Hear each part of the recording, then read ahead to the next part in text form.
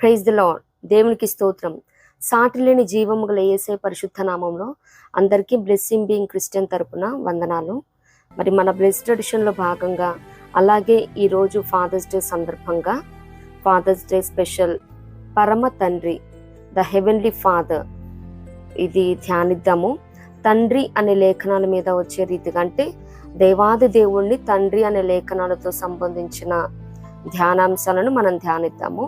అలాగే కీవర్డ్స్గా యెషయా 63:16 యెహోవా నీవే మా తండ్రివి, ఓ లార్డ్ ఆర్ అవర్ ఫాదర్. అలాగే మనం పాత నిబంధనలో చూసినట్లయితే తండ్రి అని దేవుని సంబోధించడం నాట్ ఈవెన్ 15 times కూడా జరగలేదు, 15 సార్లు కూడా అలా సంబోధించడం జరగలేదు. యెహోవాని ద లార్డ్ అని ఇంగ్లీష్లో అలా ట్రాన్స్లేట్ చేయడం జరిగింది. మరి యేసయ్య భూమి మీద నరరూపిగా ఉన్నప్పుడు అత్యధికమైన సార్లు వాడిన పదం తండ్రి. మరి అంత ఇంపార్టెన్స్ తండ్రికి యేసయ్య ఇచ్చి ఉన్నారు. మరి ఇహలోక పరంగా చూసినా కానీ తల్లి బిడ్డకి జన్మనిస్తే మరి బిడ్డ బాగోగులు, యోగక్షేమాలు, చదువులు, ఉద్యోగాలు, వివాహాలు, మరి వారి బిడ్డల క్షేమం చూడటం, వారికి ఇల్లు కట్టించడం, మరి ఉద్యోగాలు ఇప్పించడం, మరి తండ్రికి ఊపిరన్నంత వరకు మరి బిడ్డల కోసం ప్రయాసపడుతూ ప్రాకులాడుతూ పోరాడుతూనే ఉంటాడు. మరి జాబ్లో రిటైర్మెంట్ ఉంటుందేమో కానీ లైఫ్లో ఉండదు. అలాగే మరి బిడ్డ పాలపీక మొదలు వారి బిడ్డల క్షేమం చూసే వరకు తండ్రి నిరంతర శ్రామికుడై ఉన్నాడు. మరి యేసయ్య కూడా తండ్రికి అంత ఇంపార్టెన్స్ ఇవ్వటం జరిగింది. మరి హెవెన్లీ ఫాదర్తో, పరమ తండ్రితో మనం ఇహలోకపరమైన బాధ్యతలను కొన్ని లేఖనాంశాలతో ధ్యానిద్దాము. తండ్రి బాధ్యతలు, ద ఫాదర్స్ రెస్పాన్సిబిలిటీస్. మొదటిగా చూసినట్లయితే 1 యోహాను 3:1 ఫాదర్ లవ్స్, తండ్రి ప్రేమించును. మనము దేవుని పిల్లలమని పిలువబడినట్లు తండ్రి మనకెట్టి ప్రేమ అనుగ్రహించునో చూడుడి.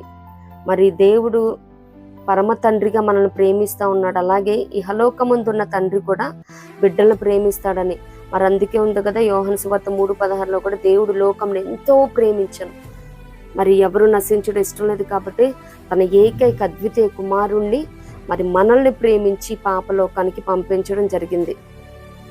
యోహాను 14:23 కూడా నా తండ్రి వాణిని ప్రేమించును అన్నది ఉన్నదన్నమాట. మరి దేవుడు, దేవాది దేవుడు, ఆయన పరమ తండ్రిగా ఉన్నాము, మనం బిడ్డలుగా ఉన్నాము.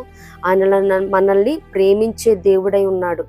మరి అన్కండిషనల్గా అనమాట, ఇన్ ఎనీ సిచ్యువేషన్. మరి మనం ఆయనకి దూరంగా ఉన్నప్పటికీ మనం తండ్రికి ఇంపార్టెన్స్ ఇచ్చినా ఇవ్వకపోయినా, మరి మనం ప్రార్థించకపోయినా, మరి ఆయన్ని మనం తృణీకరించినా కానీ తిరస్కరించినా కానీ తండ్రి ఆల్ ద టైం మనల్ని ప్రేమించే దేవుడు అన్నాడు. అన్కండిషనల్గా షరతులు లేని ప్రేమ చూపించే దేవుడే ఉన్నాడు తండ్రి. మరి రెండోదిగా చూసినట్లయితే మత్తయి 6:26 హీ ఫీడ్స్, తండ్రి పోషించును. మరి ఆకాశ పక్షులను చూడుడి, అవి విత్తవు కోయవు, పొట్లలో కూర్చుకొనవు, అయినను మీ పరలోకపు తండ్రి వాటిని పోషించుచున్నాడు, మీరు వాటికంటే బహుశ్రేష్ఠులు కారా.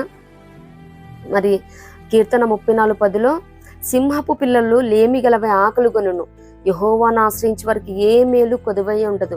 మరి శ్రేష్టమైన మంచి గోధుమలతో దేవుడు తృప్తిపరిచే దేవుడు అన్నాడు. మరి ఆయన గుప్పిలి విప్పగా ప్రతి జీవి కోరికను తృప్తిపరిచే దేవుడై ఉన్నాడు. ఆయన గుప్పిలిలో మరి మనుషులు తినే ఆహారం ఉంది, చేపలకి తినేవి, మరి కోళ్ళకి తినేవి.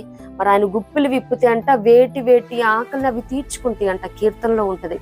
మరి అటువంటి దేవుడు మరి వాటికంటే శ్రేష్ఠులు మనల్ని పోషించడం ఎప్పుడు కూడా పరమ తండ్రిగా మనం కలిగి ఉన్నాం కాబట్టి మరి నా కుటుంబాన్ని ఎట్లా పోషించుకోవాలి, మరి నా బిడ్డల్ని ఏ రీతిగా పోషించాలని ఏ తండ్రి కూడా బాధపడాల్సిన అవసరం లేదు.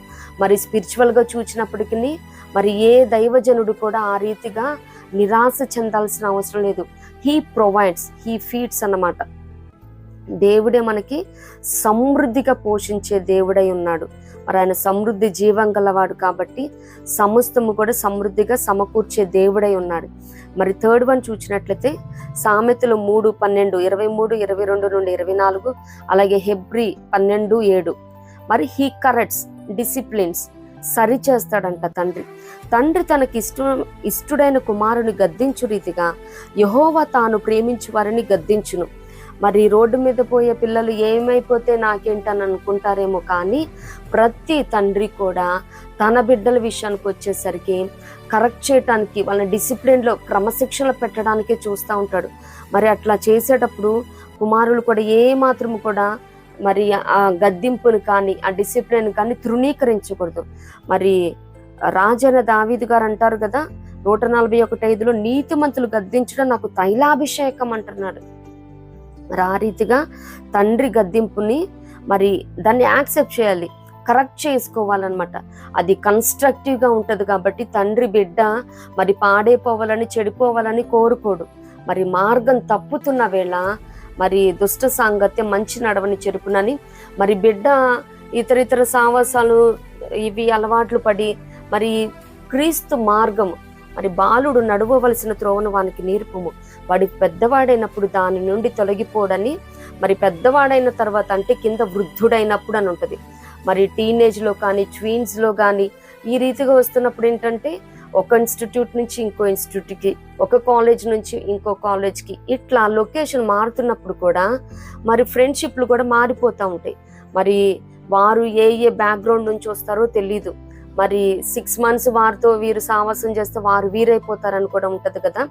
మరి ఈ రీతిగా ఏమి జరగకుండా తండ్రి తన నోటీస్కి వచ్చినప్పుడు మరి బిడ్డల్ని కరెక్ట్ చేస్తాడన్నమాట.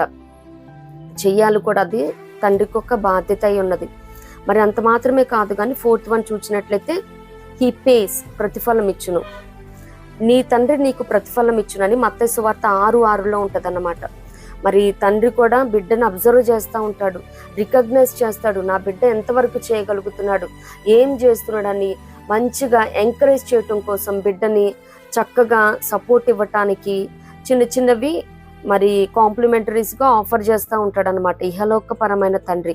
మరి మా పరమ తండ్రి అయితే మరి రహస్యమందున్న తండ్రికి మనం ప్రార్థన చేస్తున్నప్పుడు ఆయన ప్రతిఫలాన్ని ఇచ్చే దేవుడై ఉన్నాడు. ఆయన మనం ఏం అడుగుతా ఉన్నామో అవి ఇచ్చే దేవుడై ఉన్నాడు. మరి మనం అడుగుతున్నాం కదా, మరి ఇహలోకముందున తల్లిదండ్రులే బిడ్డలకి తల తాకట్టు పెట్టైన అవసరాలు తీర్చాలి అనుకుంటారు. అటువంటిది నువ్వు ఆశించి ప్రభు పాదాల చెంత అడుగుతున్నప్పుడు నిత్యముగా ఆయన ప్రార్థనకి ప్రతిఫలం ఇచ్చే దేవుడే ఉన్నాడు. దేవునికి స్తోత్రం. మరి 5th one చూసినట్లయితే యోహాను సువార్త 10:29-30 హీ ప్రొటెక్ట్స్, సంరక్షిస్తాడు, నా తండ్రి చేతిలో నుండి ఎవడును వాటిని అపహరింపలేడు. మరి శాటను వాడి కంటి చూపు కూడా తగలకుండా దేవుడు మనల్ని కాచే దేవుడే అన్నాడు. మరి బిడ్డల దుర్వ్యసనాల నుండి, మరి దుష్ట సాంగత్యాల నుండి, దుష్ట ఆలోచనల నుండి, తలంపుల నుండి కూడా ఎప్పటికప్పుడు తండ్రి ప్రొటెక్ట్ చేస్తూ ఉంటాడనమాట. మరి బయటికి వెళ్తే ఇలా ఉంటుందమ్మా అని మొత్తం బిడ్డకి టీచ్ చేస్తూ ఉంటాడు. ఆ రీతిగా ప్రొటెక్ట్ చేసే దేవుడే ఉన్నాడు.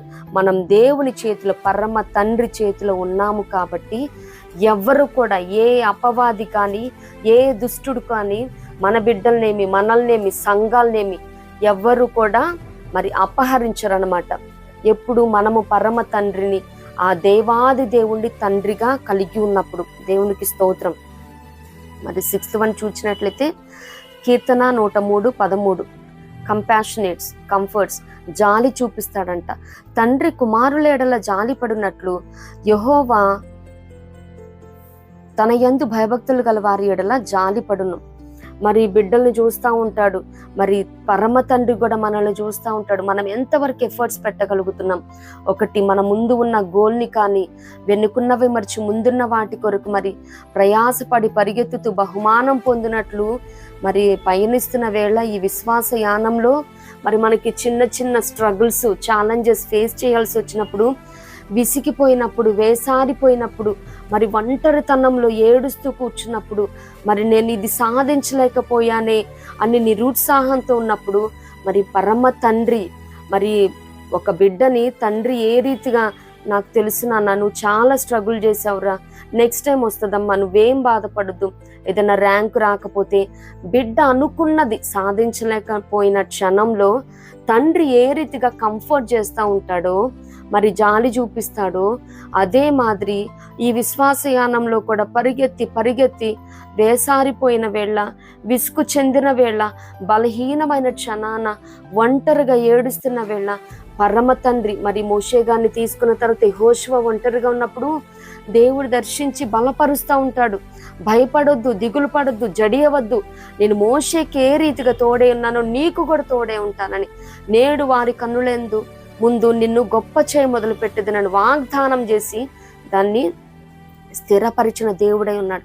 మరి ఆ రీతిగా ఒంటరిగా ఈ ఒంటరి పైన నన్ను ఒక్కదాన్నే చేయాలా, నేను ఒక్కడిని ఈ పరిచయని తుదముట్టించాలా, నాకెవ్వరు సహాయం చేసేవాళ్ళు లేరు, సహకారులు లేరు, మరి ఈ రీతిగా అనుకుంటూ ఉంటే మరి తండ్రి బిడ్డల మీద ఏ రీతిగా జాలి చూపిస్తాడో పరమ తండ్రి కూడా నా దీన పరిస్థితిని బట్టి జాలిపడి యెహోవా మమ్మల్ని మరిచిపోలేదు, ఆయన మమ్మల్ని ఆశీర్వదించున్నట్టు ఆయన మన చెంత చేరి మరి ఒంటరిగా ఉన్న వేళ జంటగా చేరి జత కలిపి సహకారిగా నిలిచే దేవుడై ఉన్నాడు. దేవునికి స్తోత్రం.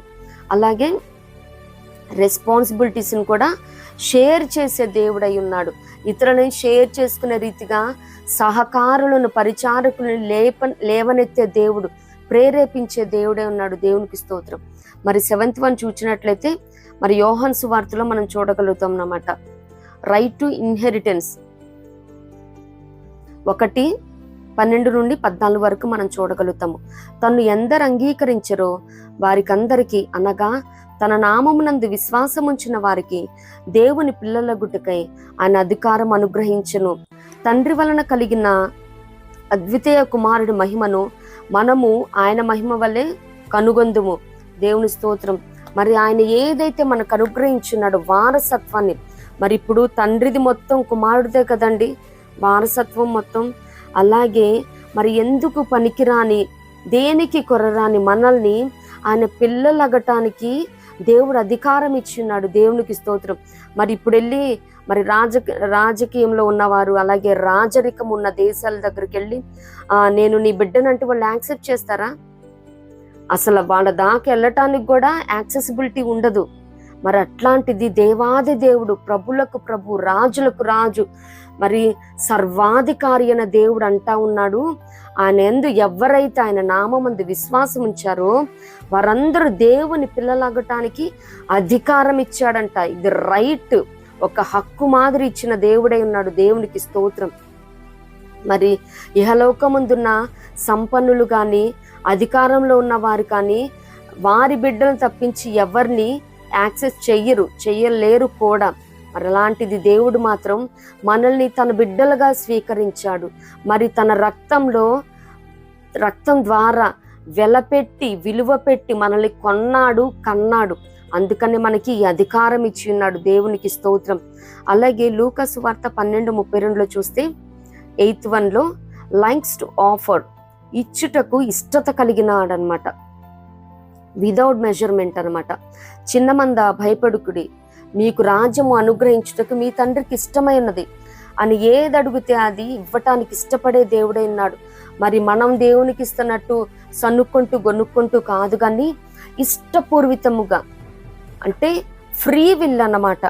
మరి ఉంటది కదా, మనం రోమా 8:32 చూస్తాం కదా, తన సొంత కుమారుణ్ణి అనుగ్రహించుటకు వెనుక తీయక మనందరి కొరకు ఆయనను అప్పగించిన వాడు ఆయనతో పాటు సమస్తమును మనకెందుకు అనుగ్రహింపడు? మరి మనం నిత్యము ఏదో ఒకటి దేవుని దగ్గర నుంచి అడిగి పొందుకుంటూనే ఉంటాము. God gives and forgives, but man gets and forgets. దేవుడు ఇస్తా ఉంటాడు, క్షమిస్తా ఉంటాడు, అలాగే మనిషి పొందుకుంటా ఉంటాడు, మర్చిపోతూ ఉంటాడు అనమాట. దేవుడు చాలా ఇష్టంగా మనం అడుగుతున్నది ప్రతిదీ కూడా ఇచ్చే దేవుడే ఉన్నాడు అనమాట. అలాగే 9th వన్ చూసినట్లయితే మరి 1 యోహాను 15:1-2 ఈ సపోర్ట్స్, ఎదుగుదల కోసం తోడ్పాటునిచ్చే దేవుడై ఉన్నాడు. మరి నా తండ్రి వ్యవసాయకుడు, ఫలింపని ప్రతి తీగ మరి ఎక్కువగా ఫలింపవలెనని దానిలోని పనికిరాని తీగలను తీసివేయును. మరి మన అభివృద్ధికి, క్షేమాభివృద్ధికి ఏవేవైతే అడ్డుగా ఉన్నాయో బలహీనతలు, భయాలు, బంధకాలు, మరి దుర్వ్యసనాలు, మరి ఏవైతే చెడు సావాసాలు, వీటన్నిటినీ ఏరి పడేస్తాడనమాట. అప్పుడు మాత్రమే ఆ మంచి సాయిల్ని, ఆ మంచి సీడ్ ప్లాంట్ తీసుకొని మంచి ఫలాలను ఇవ్వటానికి పాసిబిలిటీ ఉంది. లేదు ఆ కలుపు, ఆ వీడ్ మొత్తం అట్లానే ఉందనుకోండి, అది ఏపుగా పెరుగుతూ ఉంటుంది అనమాట. సో అందుకని ఎప్పటికప్పుడు తండ్రి ఏం చేస్తాడంటే తనని ట్రిమ్ చేస్తూ ఉంటాడు, దాన్ని తన ప్రాస్పరిటీకి సపోర్ట్ చేసే విధంగా ఉంటాడనమాట. తను క్షేమంగా అభివృద్ధిని చూడాలంటే, ఫలించాలంటే తనలో ఏవేవైతే మరి రాంగ్ నెగిటివిటీస్ ఉన్నాయో అవి మొత్తము, ఆ చెడ్డ కార్యాలను, అసహ్యమైన కార్యాలను తీసివేస్తూ ఉంటాడు. అప్పుడు మాత్రమే మంచి ఫలాలను ఫలించడానికి ఉంటుందన్నమాట. మరి ఉంటుంది కదా, చెట్టు ఫలము వల్ల తెలుపబడుతుంది అన్నమాట. మరి మన తండ్రి ఎవరో మనల్ని చూస్తే తెలుస్తుంది అనమాట. ఏమి పెంపకరం బాబు అంటాడు ఎవరైనా చూచినప్పుడు. ఏం పెంచారు అంటారు. అంటే మంచిగా ఏదైనా సాధించినప్పుడు ఏమి పెంచారు బిడ్డలను, అసలు ఆ తల్లిదండ్రులు నిజంగా చాలా గ్రేట్ అట్లా అంటారు. లేదు వాడి సోమరిపోతయ్యి మరి ఎందుకు పనికిరాని వాడిగా ఉంటే ఏం పెంపకరా బాబా అట్లా అంటారనమాట. సో తండ్రి ఎప్పటికప్పుడు వీటన్నిటిని, పనికిరాని వాటన్నిటిని తీసివేయటానికి మరి ట్రై చేస్తూ ఉంటారనమాట. అలాగే ఆ పయనంలో, ఆ ప్రాసెస్లో నన్ను ఎందుకు ఇలా కట్ చేస్తున్నారు, నన్ను ఎందుకు ఇలా మరి నరికి వేస్తూ ఉన్నారు, నా కొమ్మల్ని విరిచేస్తూ ఉన్నారని మాత్రం ఏ బిడ్డ కూడా ఫీల్ అవ్వకూడదన్నమాట. ఇలా నరకబడితేనే, విరవబడితేనే మంచి శ్రేష్టమైన ఫలాలను ఫలించడానికి పాసిబిలిటీ ఉంది. ఏ తండ్రి కూడా ఇష్టపూరితంగా బిడ్డని హింసించడు, అలాగే బిడ్డల్ని గాయపరచరు. బిడ్డ క్షేమాభివృద్ధి కోసమే మరి మేలు కోరి స్నేహితుడు గాయములు చేయననుంది. మరి స్నేహితుడే మేలు కోరుతా ఉంటే నిన్ను కన్ని నిన్ను పోషిస్తున్న పరమ తండ్రి నిన్ను గాయపరుస్తాడా అండి? ఒక్కసారి అది దేవుడి విషయంలోనేమి, నీ తండ్రి విషయంలోనేమి, నీ దైవజనుడి విషయంలోనేమి ఇటువంటి ప్రాసెస్ వచ్చినప్పుడు ఏ మాత్రం కూడా మనసు కఠినపరుచుకోకూడదు, వారిని బ్లేమ్ చేయకూడదు. దేవునికి స్తోత్రం. అలాగే మరి యాకోబు 1:17 చూసినట్లయితే, హీ గిఫ్ట్స్ పర్ఫెక్ట్ బ్లెస్సింగ్స్, శ్రేష్టమైన ఈవులను ఇచ్చే దేవుడు తండ్రి. శ్రేష్టమైన ప్రతి ఈవియు, పరిపూర్ణమైన ప్రతి వరమును పరసంబంధమైనదే జ్యోతిర్మయుడకు తండ్రి యొద్ద నుండి వచ్చును. మరి ఇహలోకమందున్న వారైతే మరి కొలిచి విరిచి ఇస్తారేమో కానీ ఏ తండ్రి ఇవ్వడు. అలా ఇచ్చేవాళ్ళు ఏమన్నా ఉంటారేమో కానీ మన దేవుడైతే సమృద్ధిగా ఇచ్చే దేవుడు, సంతృప్తి పరిచే దేవుడై ఉన్నాడు మన దేవుడు. మరి శ్రేష్టమైనవి ఇస్తాడన్నమాట. మరి మనం ఏదైనా కూరగాయలు కొనేటప్పుడు మరి పుచ్చులు ఏమైనా ఉన్నాయా, డాగులు ఉన్నాయా, మరి ఏమన్నా ఇంకేమన్నా ఉన్నాయా, ఫాల్ట్గా ఉన్నాయి, ఈ రీతిగా చూస్తూ ఉంటాము, ఏరి ఇస్తాం. అట్లాంటిదే తండ్రి కూడా ఒక ఇన్స్టిట్యూట్లో జాయిన్ చేయాలన్నా, లేదు ఒక డ్రెస్ కొనాలన్నా కానీ 4 షాపులు తిరిగి ద బెస్ట్ కొంటాడు. అలాగే ఇన్స్టిట్యూట్స్ ఎంక్వైరీ చేస్తాడు, వాళ్ళ కొలీగ్స్ని ఏంటి, తెలిసిన వాళ్ళనేంటి, చర్చ్ మెంబర్స్ని ఏంటి, సొసైటీలో ఏంటి, ఎక్కడ ఏ ఇన్ఫర్మేషన్ దొరికితే, ఒక సంబంధం తేవాలన్నా, ఉద్యోగంలో పంపించాలన్నా, కాలేజీకి పంపాలన్నా ఇంత ఎంక్వైరీ చేసిస్తారే. మరి అట్లాంటిది మనమ పరమ తండ్రి మనకి అంతకంటే శ్రేష్టమైనవి, ద పర్ఫెక్ట్ గిఫ్ట్స్ ఇవ్వటానికి ఆయన ఇష్టం కలిగి ఉన్నాడు. దేవునికి స్తోత్రం. మరి మనం ఆయన బిడ్డలుగా ఉన్నప్పుడు ఈ అనుభవాలు మొత్తము తండ్రిగా ఆయన బాధ్యతను నిర్వర్తించే దేవుడై ఉన్నాడు. దేవునికి స్తోత్రం. మరి 11th వన్ చూసినట్లయితే మత్తయి సువార్త 10:29 నుండి 30 వరకు చూస్తాం. Eliminates fears, భయాలను దూరపరచును. మీ తండ్రి సెలవు లేక వాటిలో అంటే పిచ్చుకలో ఒకటైనను నేలను పడదు. మీ తల వెంట్రుకలన్నీ లెక్కింపబడి ఉన్నవి గనుక మీరు భయపడుకుడి. మరి ప్రస్తుతం లోకంలో జరుగుతున్న సంభవాలేమి, మరి బిడ్డలు భయపడుతున్న వేళ, మరి సంఘంలో, సమాజంలో, దేశంలో జరుగుతున్న పరిస్థితులను బట్టి, మరి లేదు వాళ్ళ కాంపిటీటర్స్ నుంచి, వారు పనిచేస్తున్న కంపెనీస్ నుంచి, లేదు చదువుకుంటున్న సహ విద్యార్థుల నుంచి ఏమన్నా ఇబ్బందికరంగా ర్యాగింగ్ ఏమి ఏదైనా కానీ, మరి కాంపిటీషన్ తట్టుకోలేని పరిస్థితి ఏవి కూడా ఏది చేయదమ్మా అని బిడ్డని ధైర్యపరిచే దేవుడై ఉన్నాడు మన పరమ తండ్రి. ఎలిమినేట్స్ ఫియర్స్, ఆ భయాలన్నిటిని దూరపరుస్తాడు. మరి బిడ్డలు కూడా ఒంటరిగా వెళ్తున్నప్పుడు భయపడిపోతూ ఉంటారు. అదే తండ్రి ఉండనివ్వండి, అర్ధరాత్రి అయినా my father is with me, he's my hero అని ఏ రీతిగా గొప్ప ధైర్యం, నిరీక్షణ ఉంటుందో మరి బిడ్డ కూడా తండ్రి పక్కన ఉన్నప్పుడు అటువంటి ధైర్యం ఉంటుంది. అది ఎటువంటి పరిస్థితి అయినప్పుడైనా కానీ నా దేవుడు నాతో ఉన్నాడు, నా తండ్రి నాతో ఉన్నాడని మనం ఈజీగా ప్రతిదీ సాధించగలుగుతాము, పొందుకోగలుగుతాము. దేవునికి స్తోత్రం. అలాగే 12th వన్ చూసినట్లయితే యోహాను సువార్త 14:12 wishes to go great heights. మరి తనకంటే గొప్పవారిగా ఉండాలని ఆశపడతాడంట. నేను నా తండ్రి యొద్దకు వెళ్ళుచున్నాను గనుక నేను చేయు క్రియలు నా యందు విశ్వాసముంచు వాడును చేయును, వాటికంటే మరి గొప్పవియు అతడు చేయునని మీతో నిశ్చయముగా చెప్పుచున్నాను. మరి ప్రతి తండ్రి కూడా ఈ రీతిగానే ఆశ కలిగి ఉండాలి, ఆశ పడతాడు కూడా. నా బిడ్డ ఎప్పుడు నా కళ దగ్గరే ఉండాలని ఏ తండ్రి కూడా కోరుకోడు. అలా ఎవరన్నా కోరుకుంటున్నారంటే ఎప్పుడు నాతోనే ఉండాలి, నా దగ్గరే ఉండాలి, నా చెప్పు కిందే ఉండాలి రాయిలాగా, ఇట్లా ఏ తండ్రి కూడా అనుకోడు. నిజమైన స్వచ్ఛమైన ప్రేమ కలిగిన తండ్రి అయితే బిడ్డ శ్రేయస్సే కోరుతాడు. మరి అలా ఎవరైనా బిడ్డలు ఎదిగితే రెక్కలు వచ్చినాయి ఎగిరిపోయారు, మరి ఎదగాలంటే ఎడబాటు తప్పదు. మరి ఇప్పుడు చెట్టు కూడా నేను రూట్స్కి దగ్గరనే ఉంటాను, నేను రూట్స్తోనే పెనవేసుకొని ఉంటానంటే అది మరముజ్జు మొక్కయి ఫలాలు ఏముండదు. అలా అని రూట్స్ని వేరుగా వెళ్ళమని కాదు, ఆయనకి విరోధంగా ఉన్న ఏ ఆయుధం వర్తిల్లదు.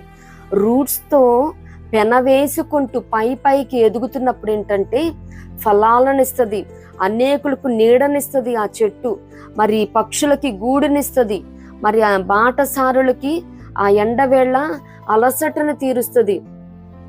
మరి ఇంకా చెట్టు గురించి చెప్పుకోవటానికి అనేకమైనవి ఉన్నాయి. తినటానికి తియ్యని మధుర ఫలాలను ఇస్తుంది. మరి ఈ రీతిగా బిడ్డ ఎదగాలి అంటే కంపల్సరీ తండ్రి మనసారా కోరుకోవాలి. మరి యేసయ్య అన్నారు కదా నాకంటే గొప్ప కార్యాలు చేస్తారని. మరి ఆ రీతిగే మరి గురువును ముంచిన శిష్యుడు ఈ రీతిగా అనుకోవటం కాదు, కానీ ప్రతి తండ్రి కూడా దైవజనుడు కూడా మరి సంఘంలో బిడ్డలు ఉంటా ఉన్నారు. ఈరోజు రేపు ప్రతి ఒక్కరు కూడా లేఖనాల మీద చాలా పట్టు ప్రావీణ్యత కలిగి ఉన్నారు. ప్రతిదీ కూడా వారు నేర్చుకుంటా ఉన్నారు, అబ్జర్వ్ చేస్తూ ఉన్నారు. బిడ్డలు అటువంటి వారిని అబ్జర్వ్ చేస్తే వారిని ఎంకరేజ్ చేయాలి. ఇంకా పాలిష్ చేసుకోమ్మా, నరిష్ చేసుకోమ్మా, నీకు మంచి టాలెంట్ ఇచ్చాడు దేవుడు, మంచి వాక్య పరిజ్ఞానం ఇచ్చారు, లేదు మంచిగా పాటలు పాడతావు ఇంకా ప్రాక్టీస్ చేయమని ఈ రీతిగా ఎంకరేజ్ చేయాలి తప్పించి ఎప్పుడు కూడా వాళ్ళని డిస్కరేజ్ చేసే రీతిగా లేఖనాలు ఎత్తిపట్టి వాళ్ళని దూషించడం ఇది కాదు. ప్రతి తండ్రి కూడా యేసయ్యే మాదిరి మనకి. మరి నేను నా తండ్రి వద్దకు వెళ్తున్నా, నాకంటే ఎక్కువ కార్యాలు చేస్తాడు. మరి అది కూడా తండ్రికే కదండి మహిమ వచ్చేది. మరి ఆ రీతిగా ఎవరంటే పలానా సంఘస్థులు మరి ఆత్మీయ తండ్రి ఇది అని వారు చెప్పుకుంటూ ఉన్నారంటే అది నీకే కదా మంచి పేరు. ప్రతి తండ్రి కూడా మరి నాకంటే గొప్పగా ఉండాలని బిడ్డల పట్ల వాంఛ కలిగి ఉండాలన్నమాట. అలాగే 13 చూసినట్లయితే మత్తయి సువార్త 7:9-11 మరి satisfy needs in great measure, అవసరాలు అత్యధికమైన రీతిలో తీరుస్తాడంట. తన కుమారుడు తను రొట్టెని అడిగినప్పుడు మరి రాతినివ్వడు కదా మనుషుడు. పరలోకమందున్న మీ తండ్రి తను అడుగు వారికి అంతకంటే ఎంతో నిశ్చయముగా మంచి ఈవులనిచ్చును. మరి ఆకలి కొంటున్న బిడ్డ తండ్రి యొద్దకు వచ్చి రొట్టెని అడిగితే రాయినివ్వడు, అలాగే చేపను అడిగితే పామునివ్వడు. అలాగే మన అవసరాలన్నిటినీ అక్కరలనన్నిటినీ ఎరిగిన దేవుడు నిశ్చయముగా ఎంతో మంచి ఈవులను ఇస్తాడంట. మనం అడుగు వాటికంటే ఊహించి వాటినంటే అత్యధికంగా శక్తిగల దేవుడు పరమ తండ్రి మనకున్నాడు. దాన్ని బట్టి మనం దేవుని స్తుతించబద్ధులమై ఉన్నాము. ప్రతి విషయంలో కూడా మరి మన అవసరతలు అక్కరతలు గుర్తెరిగి మరి తండ్రి ఇహలోకం ఉందన్న తండ్రి ఏ రీతిగా అవసరాలు తీర్చడానికి ట్రై చేస్తాడో పరమ తండ్రి నిశ్చయముగా ఇస్తానని వాగ్దానం చేస్తా ఉన్నాడు. మరి మనం అడగాల్సింది కూడా ఆయన మాత్రమే, మనం అడగబద్ధులమై ఉన్నాము. ఆ రీతిగానే తండ్రి కూడా తన బిడ్డ యొక్క ప్రతి అవసరాన్ని కూడా సాటిస్ఫై చేసే దేవుడు అన్నాడు. అలాగే సామెతలు 17:6 చూసినట్లయితే ప్రైడ్ టు చిల్డ్రన్, బిడ్డలకు అలంకారం. మరి సామెతలు 17:6 తండ్రులే కుమారులకు అలంకారం. మరి బిడ్డలు తండ్రులను బట్టి చాలా గర్వంగా ఫీల్ అవుతూ ఉంటారు కదా.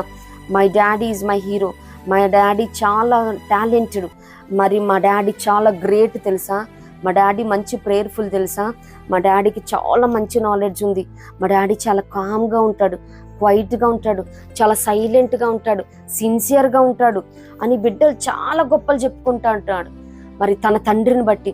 మరి అలా కాకుండా తండ్రి ఏదో తాగుబోతయ్యి జోదగాడయ్యి మరి తల్లిని కొడుతూ బిడ్డల్ని దూషిస్తూ మరి బజార్లంతా తాగి తిరుగుతా ఎక్కడంటే అక్కడ పడిపోతా ఉంటే మరి బిడ్డ పక్కన వెళ్తూ ఉన్నప్పుడు తన ఫ్రెండ్స్ వాళ్ళందరూ మరి వెక్కిరిస్తూ ఉంటే బిడ్డ ఎంత బాధపడిపోతాడు కదా.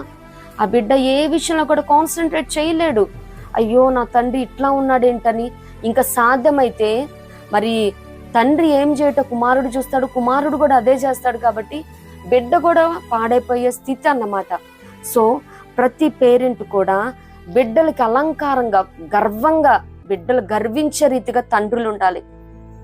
మరి తండ్రులే బిడ్డలకి సమకూర్చదగును కదా అని ఆస్తులే కాదు మంచి పేరు ప్రఖ్యాతలను కూడా బిడ్డలు, మా డాడీ ఎవరో తెలుసా, మంచి బిజినెస్ టైకూన్, మా డాడీ ఎవరో తెలుసా, ఇప్పుడు వాక్యం చెప్పారే దాంట్లో ఉంది కదా అని ఆ రీతిగా బిడ్డలు తండ్రిని బట్టి సంతోషపడాలి, ప్రౌడ్గా ఫీల్ అయ్యే రీతిగా ఉండాలన్నమాట. మరి మనం కూడా మా పరమ తండ్రి ఎవరో తెలుసా, ఆయన పరిశుద్ధుడు, ఆయన ప్రేమించేవాడు, ఆయన క్షమించేవాడు. ఈ రీతిగా మన తండ్రిని బట్టి మనం ధైర్యం కలిగి సంతోషం కలిగి మరి ఆయనే మన అలంకారమై ఉన్నాడు మన దేవుడు. దేవునికి స్తోత్రం. మరి అనేకులు దేవుళ్ళుగా చెప్పుకునే వాళ్ళు ఎవ్వరు కూడా పరిశుద్ధత లేదు. మరి మన దేవుడికైతే పరిశుద్ధత కలిగిన వాడు. The unique nature is the holiness.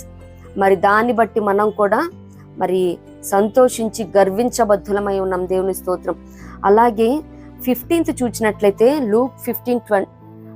లూకాసు వార్త 15:20 మరి క్షమించే దేవుడు ఉన్నాడు.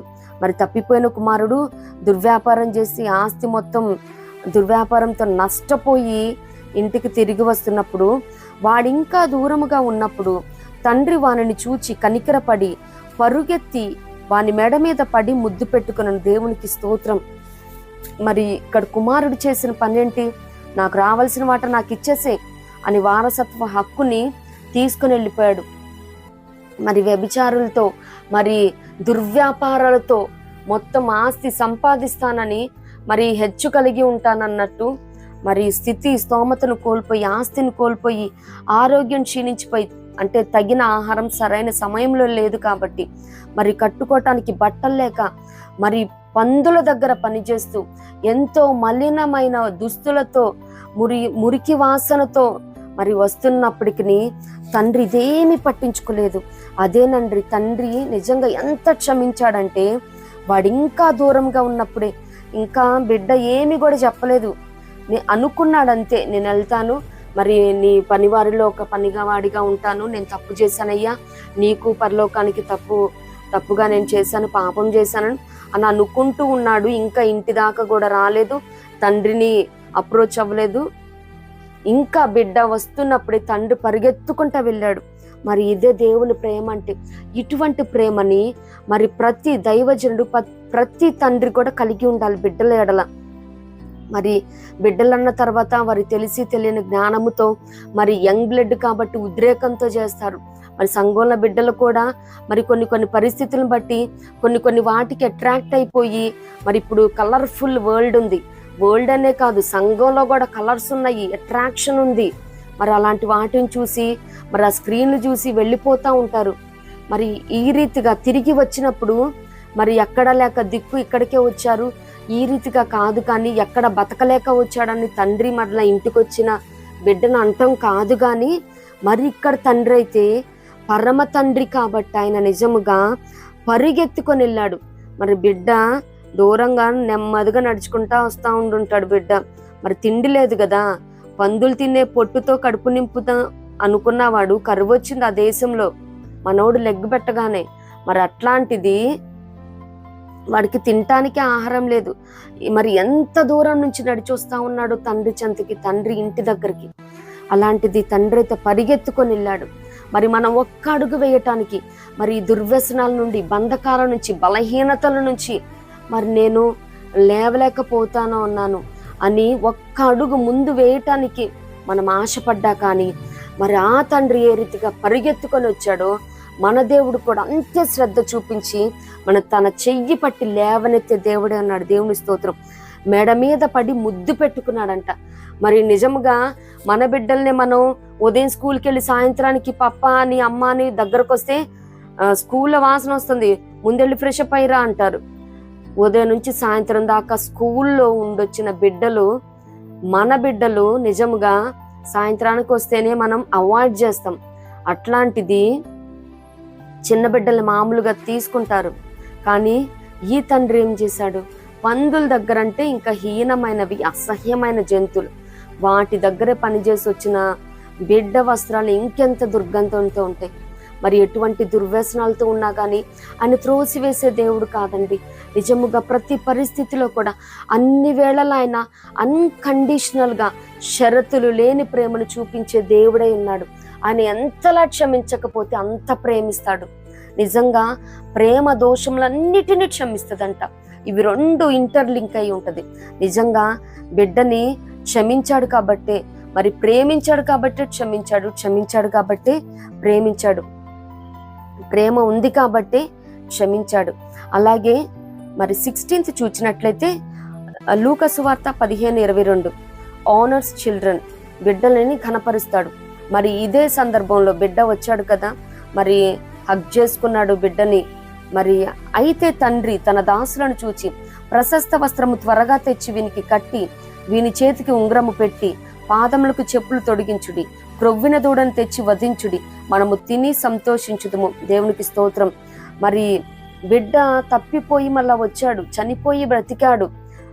మరి దుర్వ్యసనాలలో నుంచి మరి బిడ్డ బయటికి రావాలి, జీవింప చేయాలంటే అక్కడ ఒకటి వధించబడిందన్నమాట.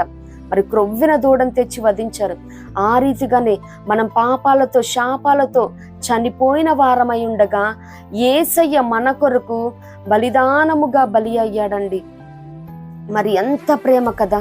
మరి ఇక్కడ తండ్రి కూడా ప్రశస్త వస్త్రాన్ని తెచ్చి ఘనపరిచాడు. మరి 91 దావీదు కీర్తనలో ఉంటది కదా 14లో, అతడు నన్ను ప్రేమించుచున్నాడు గనుక నేను అతన్ని తప్పించదను, అతడు నా నామం నెరిగిన వాడు గనుక నేను అతన్ని ఘనపరిచెదను. మరి బిడ్డ ఆ రీతిగా దుర్వ్యాపారం చేసినప్పటికీ, మరి తండ్రి మాట వినకుండా వెళ్ళిపోయినప్పటికీ మరలా తిరిగి వచ్చినప్పుడు బిడ్డని ద్వేషించలేదు, దూషించలేదు, శపించలేదు, కానీ బిడ్డని ప్రేమతో హక్కున చేర్చుకున్నాడు. అలాగే తను ఏదైతే రక్షణ వస్త్రాన్ని కోల్పోయి ఉన్నాడు, ప్రశస్త వస్త్రాన్ని ఇచ్చాడు. అలాగే అధికారాన్ని, హోదాని, మరి బిడ్డగా కోల్పోయిన దాన్ని చేతికి మరి ఉంగరం పెట్టడం అంటే ఏంటంటే అధికారానికి సాదృశ్యం. అలాగే ఏదైతే సమాధానాన్ని తండ్రితో సంఘంతో కోల్పోయి ఉన్నాడో, మరి సమాధాన సువార్త వలన సిద్ధ మనసు అనే జోడు మరి తొడిగించాడనమాట. 2 చెప్పులు ఉంటాయి కదా, ఒకటి సమాధానము, ఇంకొకటి సిద్ధ మనసును జోడు. ఇంకా నేను సిద్ధ మనసు కలిగి ఇదే యాత్రలో కొనసాగించబడతాను, ఇదే విశ్వాస యాత్రలో సిద్ధ మనసు కలిగి ఇంకా మనం సరెండర్ అయిపోవాలన్నమాట. మనం కన్ఫర్మేషన్తో రావాలన్నమాట. సమాధానంతో సువార్త వలన సిద్ధ మనసును జోడు తొడుక్కోవాలి. అలాగే క్రొవ్విన దూడను తెచ్చి వధించుడి. మరి ఆయన కూడా వధగొర్రె పిల్లలాగా వధించబడిన తర్వాతే మరి మనం ఈ సంతోషాన్ని, ఈ రక్షణానందాన్ని మనం అనుభవిస్తా ఉన్నామన్నమాట. మరి తండ్రి కూడా ప్రతి వేళలో మరి ఏ మాత్రము కూడా మరి అలా వెనుకంజ వేసినా కానీ, తండ్రిని నువ్వు నాకు వద్దని విడిచిపెట్టి వెళ్ళినా కానీ హక్కున చేర్చుకున్నాడు, ఆదరించాడు, అలాగే ఆనర్ చేశాడు, ఘనపరిచిన దేవుడై ఉన్నాడు. మరి ఇన్ని చేసిన దేవుడు ఆయన కూడా తన కోరికను చెప్తా ఉన్నాడు.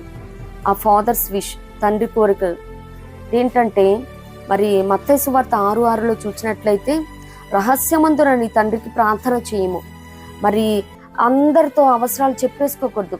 అవసరాలు దేవునితో చెప్పాలి, అద్భుతాలు అందరితో చెప్పాలి.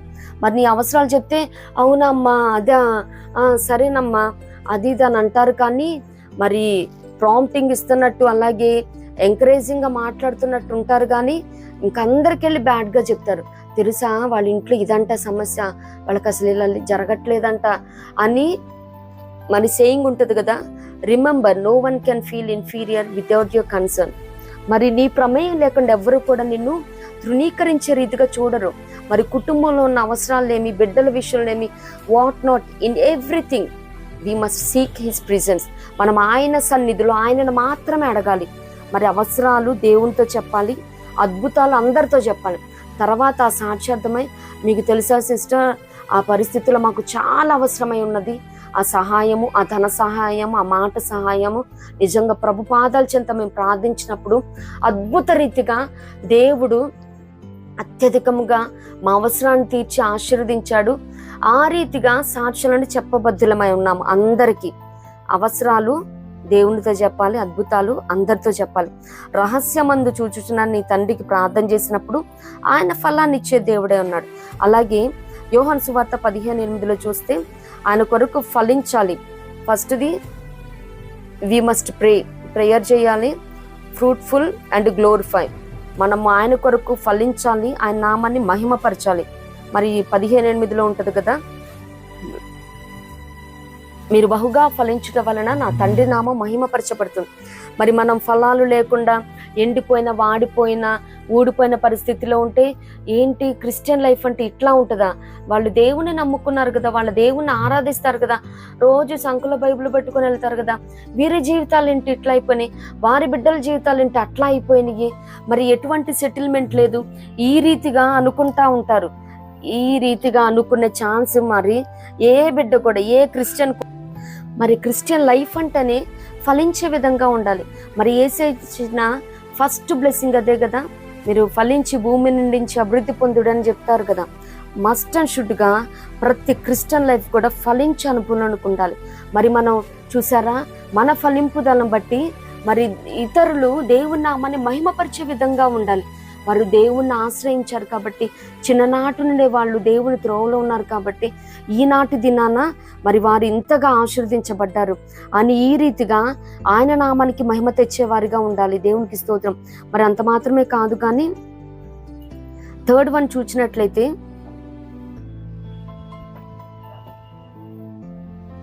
మరి మత్తయి 5:16 ఉంటది, మరి మీ సత్క్రియలను చూచి పరలోకమందున మీ తండ్రిని మహిమపరచునట్లు మీ వెలుగు ప్రకాశింపనీయుడి. మరి సత్క్రియలు కలిగి ఉండాలన్నమాట. మరి ఏ విషయంలో కూడా క్రిస్టియన్ లైఫ్ అంటే మంచి నడవడి కలిగి ఉండాలన్నమాట. మరి మనం ఏ మాత్రం కూడా మరి వాక్యం కానీ ఈ రీతిగా చెప్పకుండానే లేఖనాలని వారికి బోధించక ముందే మన ప్రవర్తన బట్టి, మన సత్క్రియలను బట్టి వారు దేవుని ఎరగటానికి పాసిబిలిటీ ఉంటుంది అన్నమాట.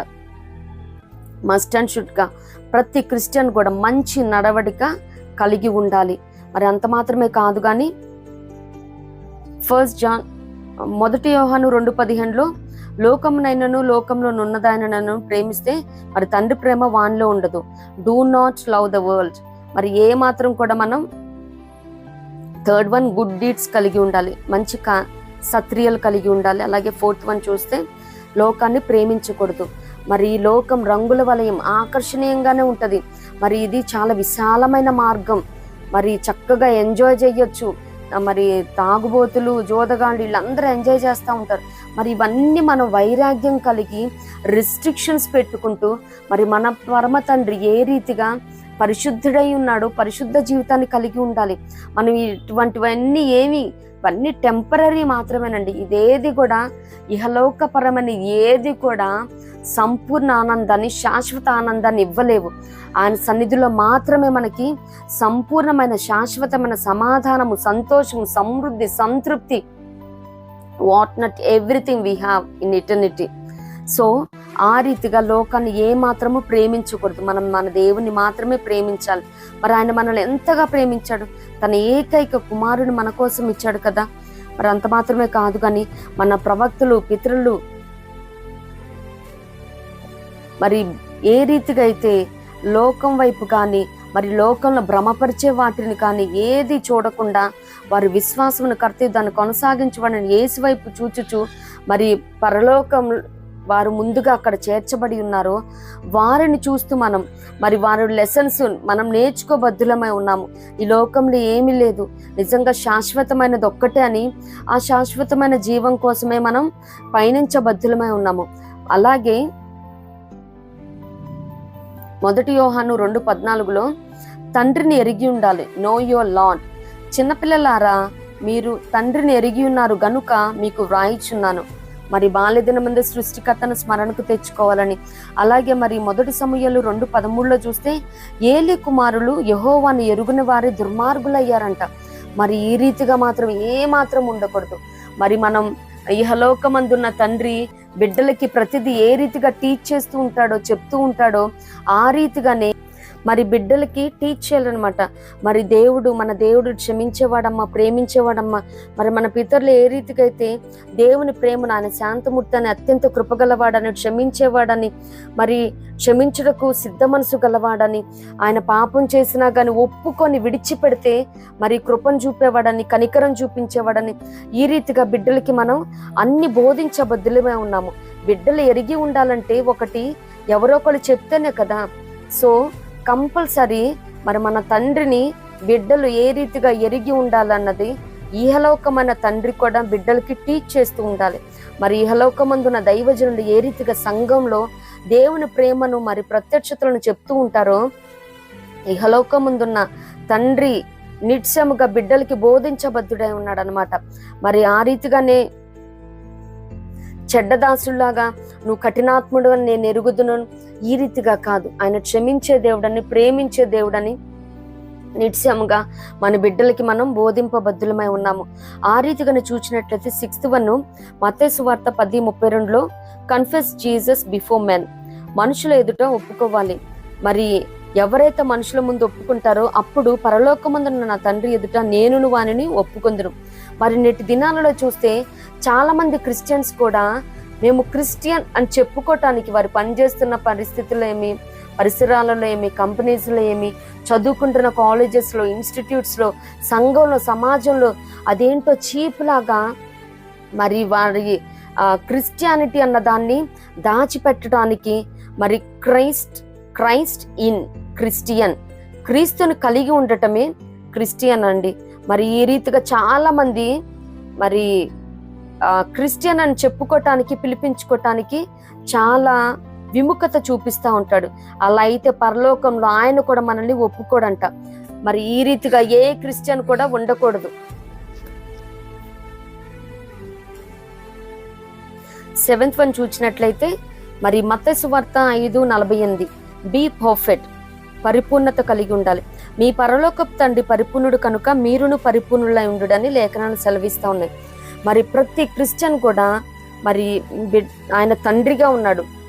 మరి తండ్రికి బిడ్డలకి తండ్రి లక్షణాలే వస్తాయి కాబట్టి, ఆయన పరిపూర్ణుడు కాబట్టి, ఆయన పరిశుద్ధుడు కాబట్టి మనం కూడా ఆ రీతిగానే ఉండాలి. మరి రేమన్స్ స్లోగన్ ఉంటది కదా, tag line రేమన్స్ the complete man అని. క్రిస్టియన్ లైఫ్ కూడా కంప్లీట్ గా ప్యూరిటీ ఉండాలన్నమాట. మరి ప్రతి విషయంలో కూడా చాలా నిష్ఠ, నియమం కలిగి మరి పరిపూర్ణత కలిగి ఉండాలన్నమాట. మరి ఏ రీతిగా పర్ఫెక్ట్ గా మన దేవుడి ఉన్నాడో అన్ని విషయాలలో, మరి దానియేలు గారిని కూడా చూసినట్లయితే ఆయన మీద ఏ నేరం మోపాలో తెలియక అన్ని సంవత్సరాల నుంచి పనిచేస్తున్నా కానీ ఎక్కడ ఏ లెక్క కూడా వారికి తప్పుగా అనిపించలేదంట. ఏది కూడా ఏదైనా మనిషిని ఇట్లా తప్పుగా మాట్లాడాడన్నది కూడా లేదు. అందుకనే ఆయన సేవించే క్రమాన్ని, మరి ఆ పరిస్థితిని దేవుణ్ణి సేవించే విధానంలో తప్పుగా ఎంచారు. అంటే ఒక క్రిస్టియన్ మీద ఏదైనా నేరం మోపాలన్నా, ఏదైనా తప్పు చూపించాలన్నా కానీ అంత పర్ఫెక్ట్ గా ఉండాలి. మరి చాలా మంది ఎంప్లాయీస్ క్రిస్టియన్స్ అయినప్పటికీ వారికి దేవుడు ప్రేమించి ఇచ్చిన ఉద్యోగాన్ని కాక చాలా మంది లంచాలు ఆశిస్తూ ఉంటారు. ఈ రీతిగా ఉండకూడదండి. నేను ఈ మధ్య కాలంలో ఒక పెద్ద సార్ గురించి విన్నాను. అన్యులు సైతం ఆయన గురించి సాక్ష్యం ఇస్తున్నారంట. కలియుగంలో జీసస్ లాంటి సార్ అని. నిజంగా దేవుని స్తోత్రం. ఎంత హ్యాపీ అనిపించిందంటే ఒక క్రిస్టియన్ గురించి అన్యులు మరి వారికి తెలిసిన లాంగ్వేజ్ లో, అసలు ఆ సార్ని బట్టి దేవునికి స్తోత్రం.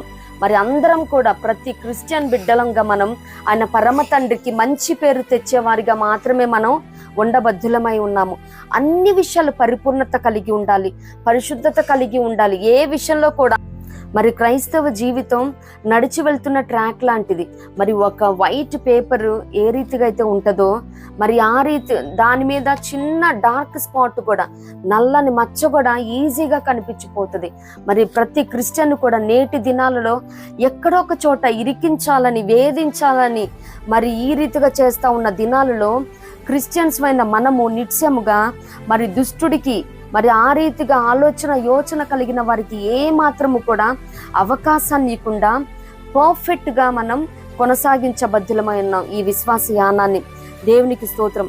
మరి అంత మాత్రమే కాదు, కానీ మరి 8th వన్ చూసినట్లయితే మత్తయి సువార్త 6:32 నుండి 33 వరకు చూస్తే, మరి ఏం తిందుము, ఏమి తాగుతాము, ఏమి ధరించుకుందాము, వీటన్నిటి గురించి కాదు, మీ పరమ తండ్రికి తెలుసు మీకు ఏం కావాలని చెప్తూ, మొదట ఆయన రాజ్యంలో నీతిని వెదకుడి.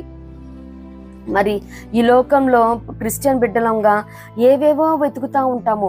మరి ఒక్కొక్కరు వాళ్ళ అవసరాలను బట్టి వెతుకుతూ ఉంటారు. పెళ్లి కావాల్సిన వాళ్ళు మరి పెళ్లి కుమార్తె కోసం, పెళ్లి కుమారుడు కోసం వెతుకుతూ ఉంటాడు. నిరుద్యోగులు ఉద్యోగాన్ని వెతుకుతూ ఉంటారు. మరి సంతానలేమితో ఉన్న వాళ్ళు ఏ IVF ఉంది, లేకపోతే ఎవరు మంచి గైనకాలజిస్ట్ అని వెతుకుతూ ఉంటారు.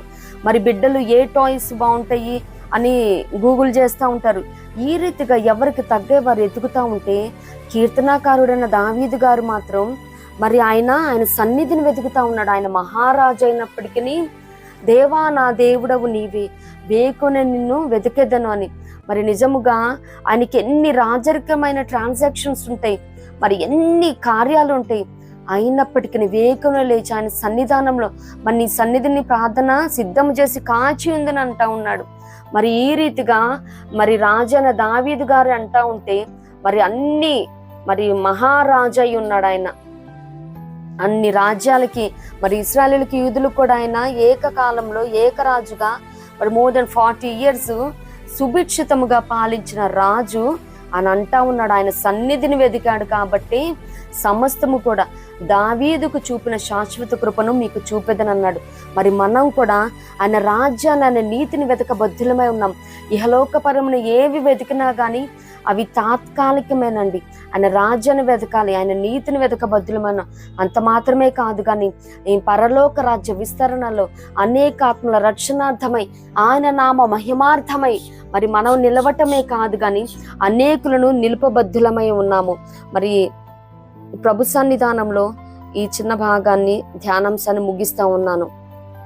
Wishing you all a happy and blessed Father's Day. ప్రభు కృప మనందరికీ తోడైండును గాక. ఆమేన్.